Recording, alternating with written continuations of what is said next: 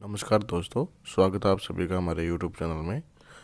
आज के वीडियो में हम बात करने वाले हैं कि जो वेरिफिकेशन हो रहा है टेप के लिए, उसके लिए एक नया टेप जुड़ा है।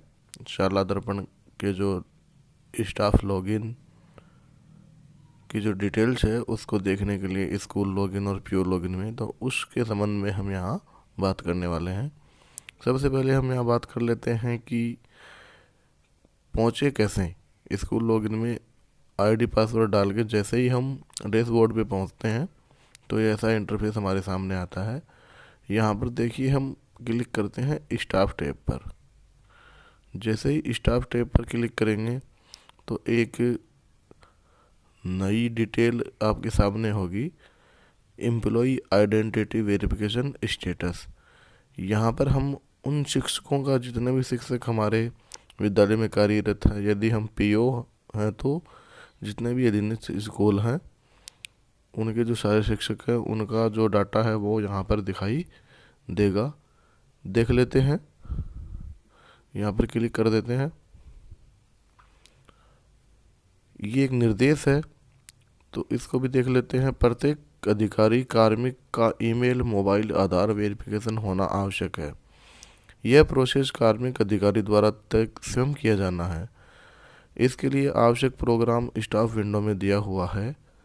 आपके माध्यम से इस बारे में उन्हें सूचित किया जाना है कि वेरिफिकेशन सूचना संबंधित कॉलम के हरे कलर से दर्शाई जाएगी। ध्यान दें, प्रत्येक कार्मिक का आधार, ईमेल, मोबाइल, सिम का होना आवश्यक है। यदि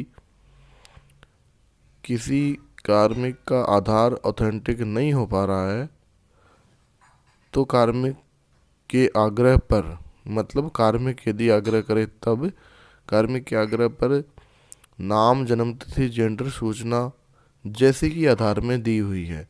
साथियों, यहाँ पर आधार से मैच करना आवश्यक है। P10 फॉर्मेट द्वारा आपके स्तर से बदला जाना अपेक्षित है।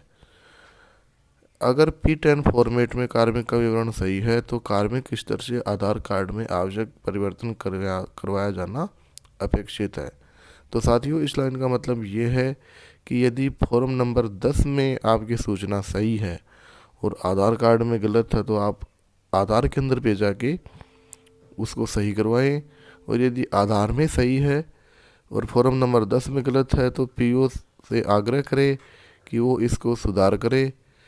और यदि ये दोनों सही है और केवल शाला दर्पण में जो P10 है, जैसा कि मैंने पिछला वीडियो डाला था स्पेस संबंधित जो समस्या है वो तो हल हो जाएगी स्टाफ विंडो में। और यदि नाम में परिवर्तन है तो आप जो मॉड्यूल है अपना शाला दर्पण पे उसको काम में लें। तो साथियों, ये थी सूचनाएं।